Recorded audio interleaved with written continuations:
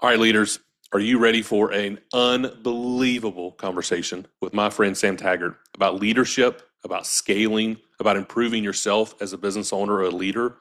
You're in for a treat. Here's my friend Sam. Welcome to Market Mavericks. I'm Matthew Eford. Join me as I speak with leaders who are redefining industries in every corner of the market.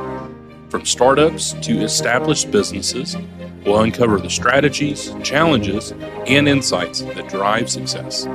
Get ready to be inspired by the Mavericks who are shaping the future of business. Welcome, everybody, to Pillars of Purpose podcast. I'm your host, Matthew Eford, and I am so excited to share with you this conversation with my friend, Sam Taggart. Sam and I have spoken at a couple of conferences together, and wow, what an inspiration. What a guy. He's a true market maverick, so I'm very excited for him to be on the podcast. Sam, where do we find you today? I know you travel, you speak as an author, as a trainer, but where do we find you today? I live in Utah. I mean, I'm on the road a lot. But good old sandy Utah. I love the mountains, love the snow. But yeah, I mean that's home for me. I love it. Well, cool, man. Well, thank you for being on the show. Thank you for sharing with us. Those who may not know Sam, can you give us just a brief overview? I know that's a wide arching, but can you give us a kind of a brief overview of where you are in your professional life now? Yeah, I mean, I started in door-to-door sales when I was 11 years old, and like every young, ambitious high school kid, worked his way, through odd jobs. Like I just knocked on doors. I painted addresses on the curbs, and that's how I made money to get through sports and get through high school. And I made a lot of money. I had 11 of my buddies working for me, Wow. and we had a little business called the Gutterman. And then 18 years old, I got into alarm sales in Dallas, Texas in 2008. And I just worked my way to the top level of that, built massive teams, was a VP of sales of a solar company. But then I kind of felt empty of like, okay, what's next? Like I don't want to just keep on this hamster wheel, recruit more people, train more people, recruit more people. And I just built this empire. We were in like 6 states doing about 6 million a month in solar. It's amazing. And I just kind of was like, this is not that cool. Like what's crazy is like, in my 20s that like to most people that's like crazy. You're like you're at Sure. 26 and you're doing 6 million a month and you have 100 guys in 6 states, like, you know what I mean? But to me I was like, this is not fulfilling. And I felt a gap and a call to unify, up level, bring honor and integrity to the door-to-door space. And that was Love like that. my new mission, it was called. And most people think of door to door or think of direct sales as slimy. They think of it as not professional. They think of it as not a real job.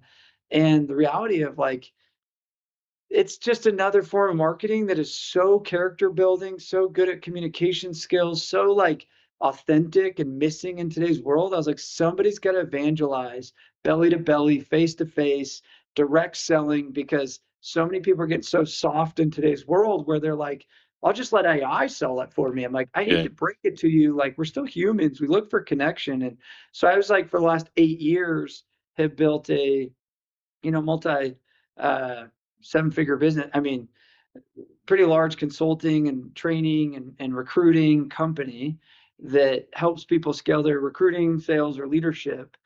And kind of a done with you company. Like, we have a lot of services and tech and things like that that help support business owners scale their, direct sales. And now we've probably helped, I don't know, thousands of business owners, tens of thousands of sales professionals, and we host big conferences to masterminds to all sorts of recruiting services and things like that, right? So Yeah. that's kind of our world that we live in now. I love Called that. Okay. BCX. Yeah, So let's take it back to when you're at the solar company, right? And I admire a lot about your story is that you felt called to do something different. And you're, 6 million a month, people are hearing that and they're like, man, that sounds incredible. Like that's the dream. And you take a step of faith for yourself and say, I'm going to start something new. I love this industry. I love what it's afforded me. I love the opportunities it's afforded me and my team. And now I want to help other people. So before we get to that point, talk to me about the refining of you in door to door, right? Building teams. Anyone who's tried to do that, any business owner that's listening to this around the world is hearing that. And they're saying, I can't build a staff of 100. So let's start there, and then let's go to when you do the leap to door. Um, where where would you find yourself successful? We go back to younger Sam when Yeah. you're building teams. Like what is do you just naturally have a knack for that? Did you? No. Let's like unpack the framework. Let's build this into like a 4-step framework. Yeah. Ready? I had a knack for sales. Okay. So at a young age, I was pretty good at selling. Was I the best? No. My first year in summer sales, in 4 months, I made 20 grand. Then I made 80 grand. Then I made 200 grand. Then I made 500 grand. And then it just kept getting bigger and bigger. But the reality is, I was good at sales. So then it was like the owner of the company looks at me and says, "We are going to make you a manager." And my third year in, he wants to promote me. And so I recruit a team and I bring out 8 guys. I'm an assistant manager and everyone quit. like, like we crushed. We actually had a good year. It's just nobody wanted to come back the next year. And I was like, "Why is everybody quitting?" And they're like, Sam, we love you, but we don't want to work for you." And then next year I built like 25 guys and 2 people came back. And I was like, why is it that we it's like Sure. I'm like, what is happening? And like the common issue was me. And I had to take some honest reflection. So I'm this young manager that's, I remember my uncle was working for me. My cousin, like older people were working for me. And I'm like 23, 22, you know what I mean? Wow. Like, and I'm just this young that knows how to sell lights out and was always in the top 1% in sales at that point, but I did not know how to lead teams. I knew how to recruit. I knew how to sell people. If you can sell, you can recruit, Okay. right? Recruiting and selling are the same thing. So I think a lot of people, they're like, "Oh, I'm a good business owner." I'm like, "But did you ever learn sales?" And I think too many people they skip the mark. Like, let's just take every mom and their dog wants to start some business, right? I helped my ex-wife start a baby romper company. We go to Pinners Conference and there's thousands of booths there. And the 6 booths around us were just jaw dropped at our booth selling these little baby rompers because I was in the booth slinging. Like they're just like, Uh, "Bro, you did like $6,000 of baby rompers today. We haven't done that in our business the entire year." And I'm wow. like, because I'm throwing babies at moms and pulling them in and using psychology to get bigger bulk orders. And these moms are sitting in their chairs waiting for the people to somehow just like buy their. And Yeah. I was like, if I'm gonna be out at this conference, and that's the problem is most people they get into business realizing no, you're in sales as much as you think you're not in sales. Like let's just break down the first step is learn sales. You know what I mean? Amen. And don't start a business if you're scared of sales. Don't start a business if you're like, "I don't like selling people." I'm like, well, then how are you going to make money? Like you have to sell them the thing. Yeah. You have to market to them. You have Yeah. to get them to convert. You have to get them to want your product. Like I don't care who you are. I don't know what business wants to start a business and not make money. Amen. Yeah. I So preaching to the choir, man. so step one, I had to learn how to sell. And I luckily was good at that. And if you're not good at that, it is a learned attribute. It's get over your effing insecurity. It's learn the steps and learn how to sell. Step two, learn how to build a team. It took me multiple years to fail on my face to figure out how to build a sales team. And then at that point, I started to build momentum, and now my guys were performing, and I learned how to not just care about my own personal production, but care about their production and shift that ego into like empowerment. And, that was a process, many years of just figuring that out. And then all of a sudden, I become a VP, and I was like, "Oh, shiz, I got to learn how to build structure, training programs, pay commissions, Yeah. gamification, all the other things that like were the strategy and structure behind this." And then I started a business. So I think it's like, the steps of getting me to where I'm at now, like had I not learned sales, then learn people management, then learn strategy and structures and behind the scenes stuff that makes the thing move and not fall apart, it wouldn't have slingshotted me to be now I'm 8 years into this and we're doing millions and millions of dollars a year in coaching and training and services. I wouldn't have been here had I not gone through that process. You know Yeah. what I mean? So let's take your kind of process there, and let's give some advice to the audience that's listening to this. In the sales, that it's a learned skill. I'm a salesman at heart. I believe in what we're doing, and so I'm very passionate about sharing that with other people. What advice would you give to the business owner that hears that and says, my sales process, my sales ability is not refined, and I really need to refine myself as a leader? I hear you, Sam. I believe that I need to make a change. What are step one or two that what's some things practically that they can do to grow as a sales leader within the organization? Really good question. So like I have a friend named Dan Young. He owns PC Laptops, a huge Zydeco laptop. I mean, massive, super wealthy, multi-millionaire. And the other day he's in my office and he says, Sam, I think I know what you need to do. And he's like, I was losing $1 million a month in one of my businesses at one point. And he's a nerdy Asian, non-salesy looking dude, Okay. right? Like when you look at him, he runs a computer company, Yeah, right? yeah. So like think of like Sam runs door to door. This dude's an Asian dude that runs a computer company. And he said, Sam, what I realized is I got on the phone and I started taking sales calls. And within 8 months, we built it to $13 million in profit. And he's Wow. like, I just had to get in the trenches and start selling with my people and start learning like what is it that they're going through, why are they not converting, what is it that they're saying like that, and I had to go get on the trenches with them. So I'd say the first step to this would be switch your mindset to like, just maybe because you're an introvert or maybe because you came from a background of not sales, like you're probably projecting we don't want sales, but you're asking for I want sales, meaning Okay. your attitude towards the sales team, your attitude towards sales is subconsciously you're sabotaging it, even though with your words, sell more. But because your perception of sales is actually kind of in a negative context. So, what if you told yourself, maybe I'm an introvert, maybe I'm not great at this, but like, what if I said, I love sales and I'm so good at sales? And I switch mentality of everybody should be good at sales. My customer service, my installer, my whatever is in sales. Like we all are effing sales, including me.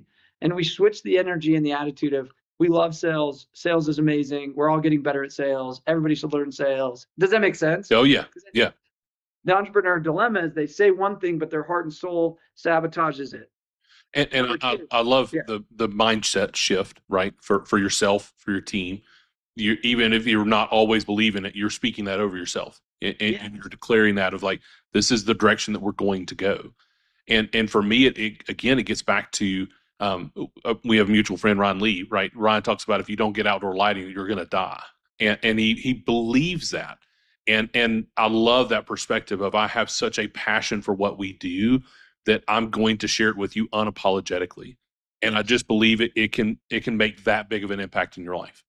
You got to get so hyped on it.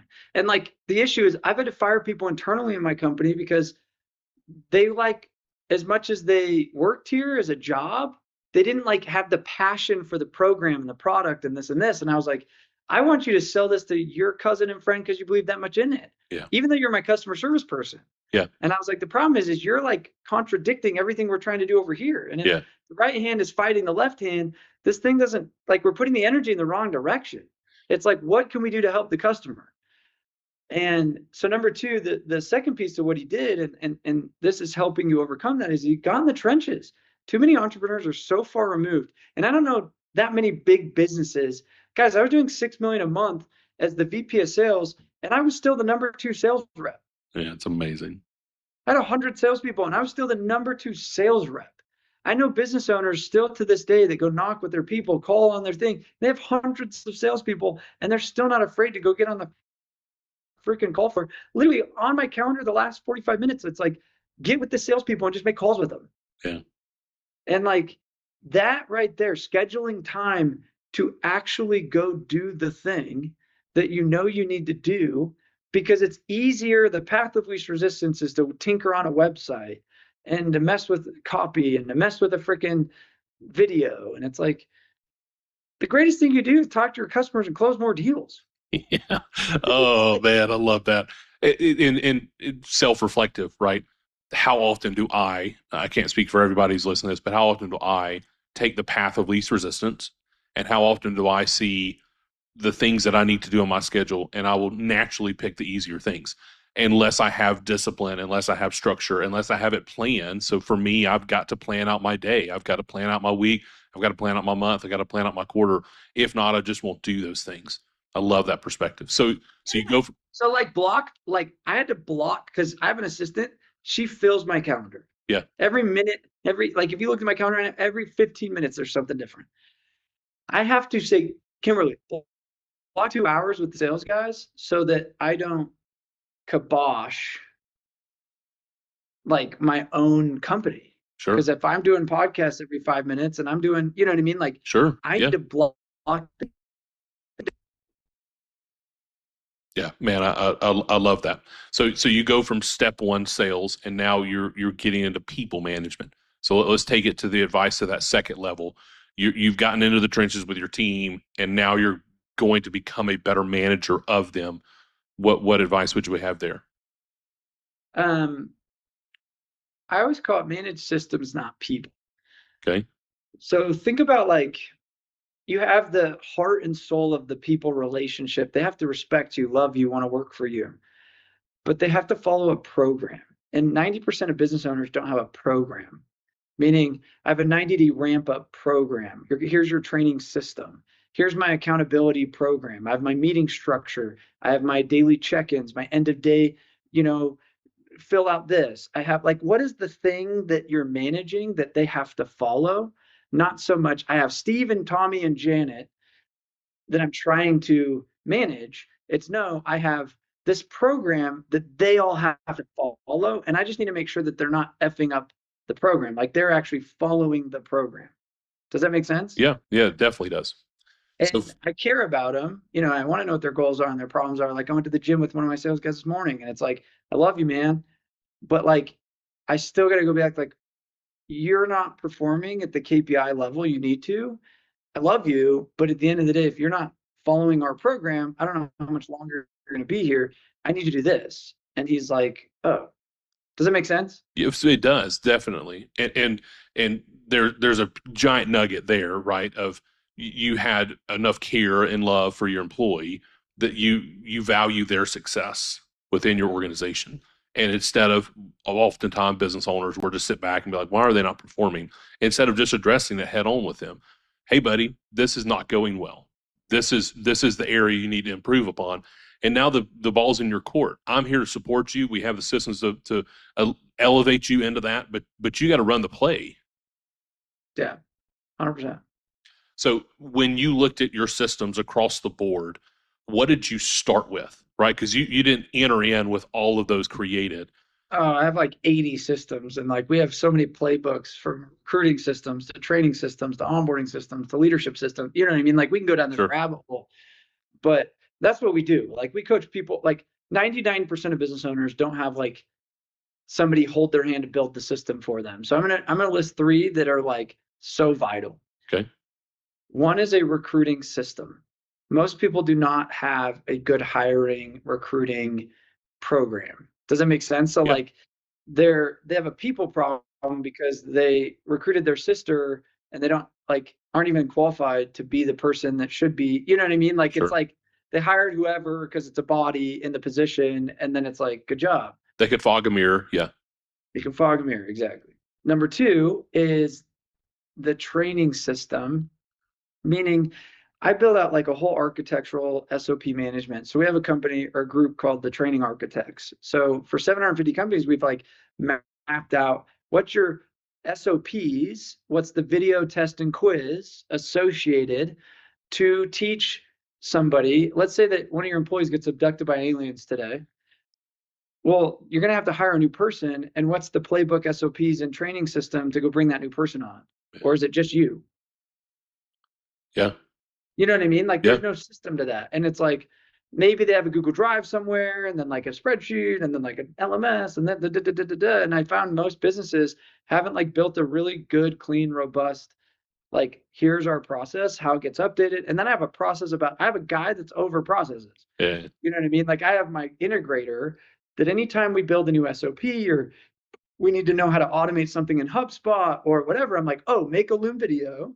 And that lives under HubSpot training and that lives in a sequential area. Or if we re-architect or change a back-end process, hey, delete the old one and replace it with the new one. And now it's all in one simplified system. Does that make sense? Oh yeah. So when Definitely. somebody calls me and they're like, hey, how do I go build an automation in HubSpot? I'm like, here's a video. Here's the SOP. I love that. Yeah. Make sense? I love that. And so you've been utilizing the video technology as well as obviously written manuals. I think it's an excellent. So talk to me, just you said something there that I think a lot of business owners will graze over, that you test and you verify each step of the way. So they're able to review it, they're able to test on it, and you're able to confirm that they understand. What does that process look like for you? So it's a three-step process. There is communicate, so educate, watch the video, read the thing, whatever. Then feedback, meaning show me that you learned it. And that can be through AI. Like there's AI coaching and interviewers. Like we built bots that will literally role play with the sales rep, or we built a bot that will like test them. Did you actually learn the script? Cool. Give it back to me, and then it'll give us feedback. So that would be a one way. You could just do an interview. It's like, all right, I'm customer, or all right, here's the scenario. Show me what you do.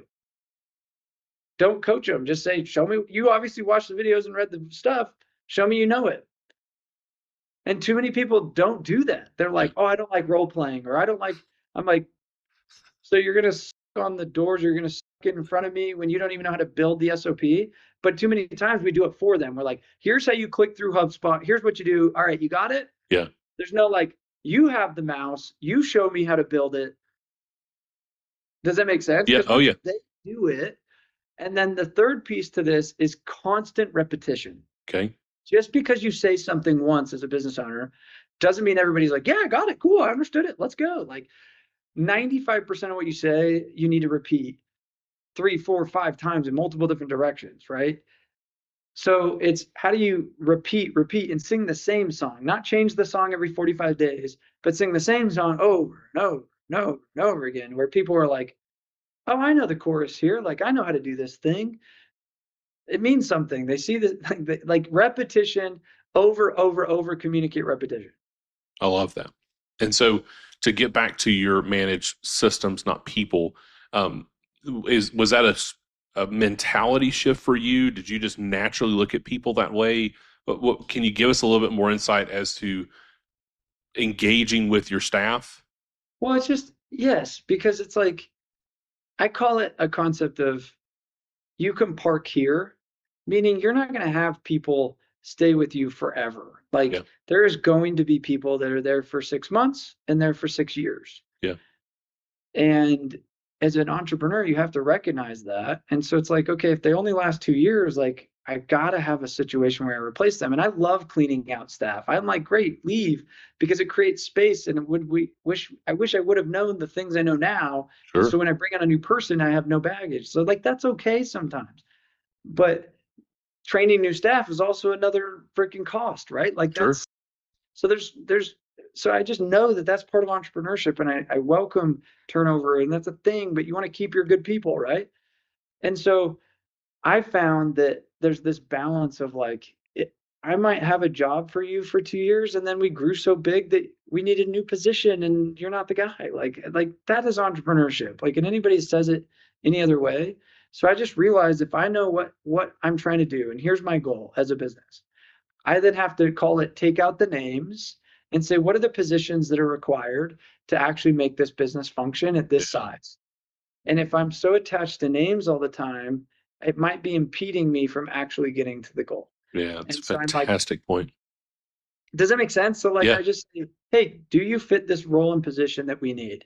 And if they do, great, move them to that. There's been times where I've had to relocate people or move people, and I'm like, great, but you could do this job. sure, And they're like, great. And then there's sometimes I'm just like, sorry, we've reorganized things and realized that we don't really need your job.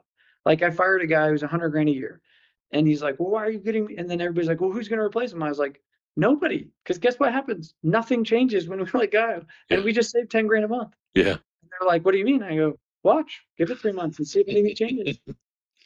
Yeah, I love that, man. Okay, so you build your systems, and then what's your next step when you're scaling? So you're managing people, you're reorganizing, you've got your systems in place, you're Yeah, continuing so to document think of those.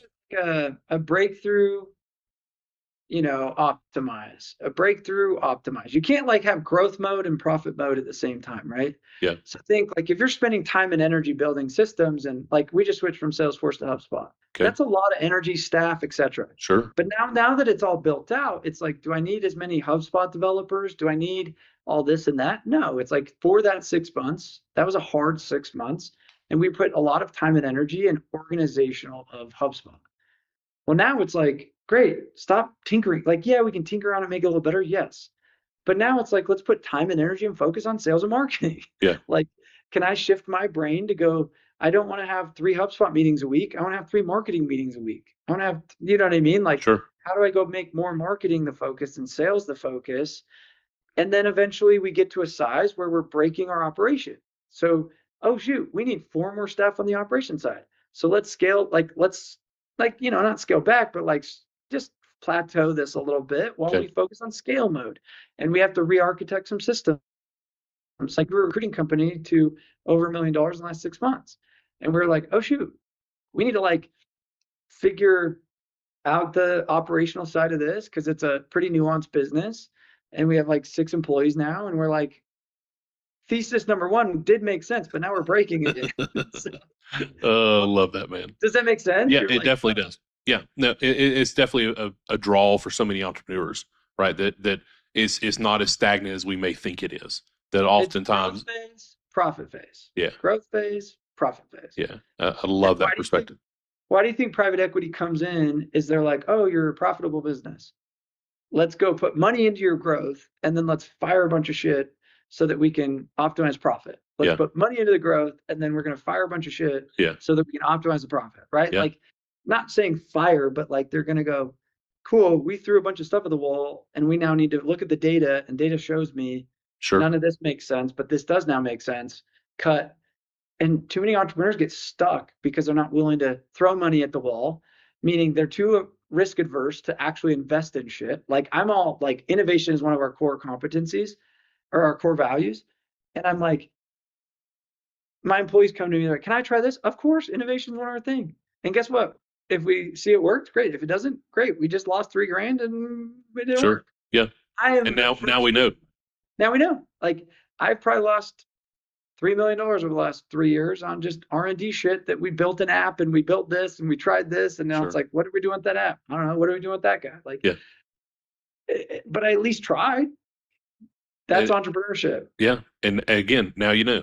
Now you know. Now I know. So let's get to door. So you leave this incredible team opportunity, and you're saying, "Hey, I feel called into something different to build to bring some excellence into the door space." What does that process look like? Can you give us some insights into starting door experts, door con? So it was more of a God calling, right? And some entrepreneurs listening to this might relate. Um, I'm like crushing it. It took me a year and a half to get there. You know what I mean? It wasn't like, and finally you're like, oh, I'm in a profit phase. And then God's like, hey, I need you to go do this event where you're going to unify, up level, bring honor and integrity to the space, and you're going to throw this conference. And I'm like, no, no, no, no, there's no way. Like I just got things moving. I'm humming now. And he's like, no, I need you to do this. And I was like, oh man. And I'm a man of faith. I'm like, okay, when God knocks, like answer, you know what I mean? So I was like, all right, I'm going to launch this event. And it got to the point where nobody was coming to the event because I thought I was just going to recruit other people. So it's kind of like you can't have your cake and eat it too. Yeah, You can't be a VP and recruit everybody's people at this event. And I'm like, oh yeah, you're right. So I basically had to just turn in my notice and say, hey, I can't do both. And so I'm going to go all in on this conference that's losing 100 grand for me. And he's like, see you in 3 months. You know what I wow, mean? yeah, And I'm like, he's like, how are you going to make money? And I was like, I don't know. Like, figure it out. Like, I was like, I don't know. I'm a door knocker. We have tough skin, I guess. And that fueled me because he's like, see you in 3 months. And I was like, I have to make this work. yeah, So a year and a half goes by. Everything I reinvested back in the business, I made no money. I was making revenue, but it was like, oh man, when am I going to be able to take a paycheck? You know what I mean? And I think a lot of people, I mean, I have a business partner right now on another venture. He's like, man, we've been in this for 8 months and I'm only making 10 grand a month. I'm like, you're making 10 grand a month on a new business that Yeah. is 8 months in. Yeah.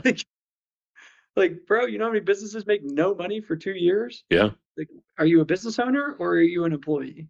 He's like, well, I'm not like you. I have millions of dollars I can just like sit on. And I'm like, that's probably why most entrepreneurs fail. You know Yeah. what I mean? Like, Yeah. I went a year and a half of like, I can weather this. And I just kept at it. And now we're 8 years in. We had 3,000 people at our conference this year, Door to Door So Con. good. We had, I've had every major keynote. I've been author of 4 books. I have, we can go down and list the things featured in the New Yorker. And I've had like, I mean, I could go down, I have a cool life now, but like the, I just had to have the faith of like when God knocks, you just kind of got to be patient of like, when's this going to work? And guess what? Like, doesn't mean I haven't gone through freaking trials. Sure. Like, doesn't mean that I haven't had years where I'm like, like, what am I doing? Because it's like the temptation is like, yeah, go back and take a sales job or go back and take a W-2, like, you know what I mean? And I was like, I'll buy you out and pay you 10 grand a month. Like, what are you asking for, right? Like, I was like, you're a business partner, bro. Welcome to entrepreneurship. Yeah. Yeah.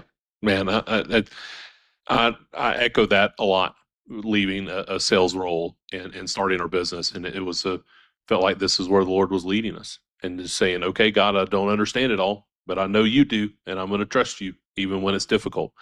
So I appreciate that sentiment, Sam, and I'm glad that we share that as well.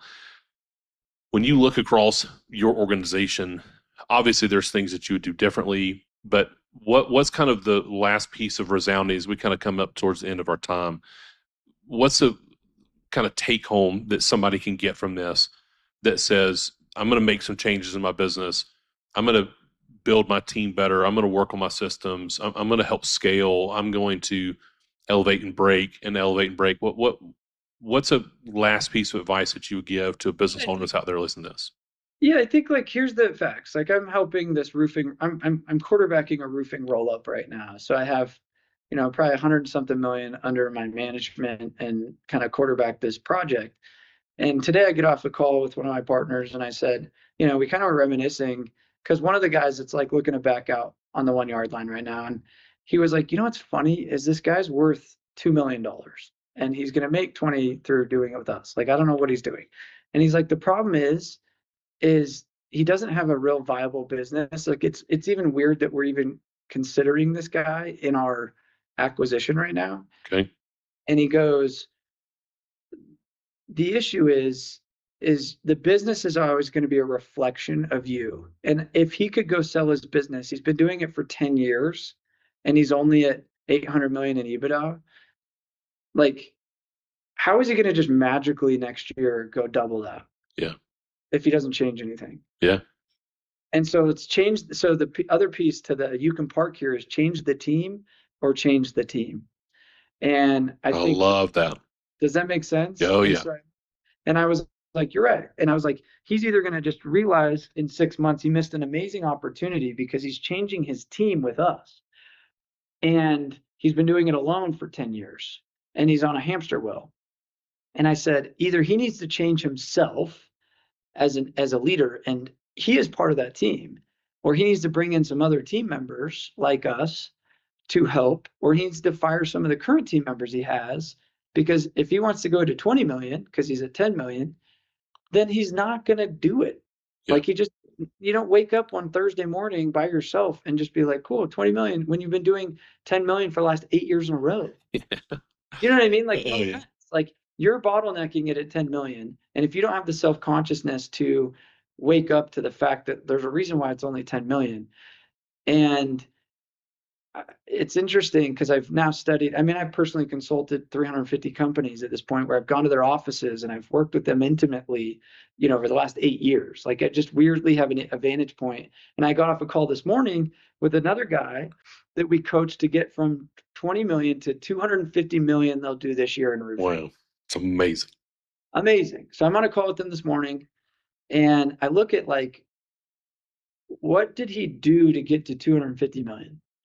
And he has 30 branches today. And I look back, I've worked with him now for 5 years, and it wasn't, time is one thing, like Sure. just patience. Yeah. But number two was he was pouring into himself. Like he invested 50 grand with me, you put into Andy Elliott, you put into this, and he was showing up. Like, he was like, how do I be worthy of a $250 million company and not get in the way?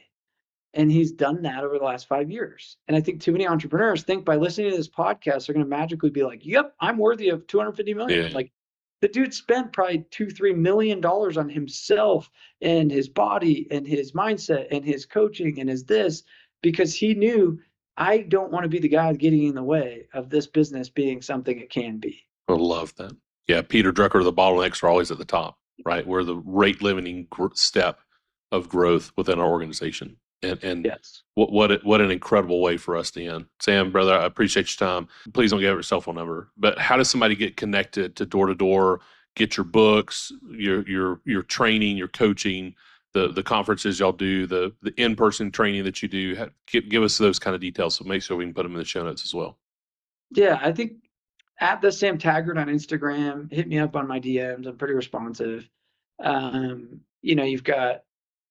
hit me up on, Instagram, Facebook, or whatever, and we can connect, or go to theddexperts.com, and happy to help. Because, like any business owner that's looking to really scale, we've helped so much in the home service space, from lighting. We just finished our lighting training, to roofing, to pest control, to solar, to whatever. I mean, that's kind of our niche. Here to support. That's what we do, is we scale businesses, and we've done it a lot. I love it, man. Well, brother, thank you. Thank you for your time. Thank you, everybody, for joining us today on Market Mavericks. We'll see you soon. Thank you for joining us on this episode of Market Mavericks. We hope you're walking away inspired and ready to take your own adventure to the next level. Don't forget to follow the show to keep up with our latest episodes. And if you enjoyed today's conversation, make sure to subscribe, share it with others who could benefit. And hey, if you know a market maverick who has a story that needs to be heard, please drop their name in the comments. We would love to bring their insights to the show. Until next time, keep pushing boundaries and leading with purpose.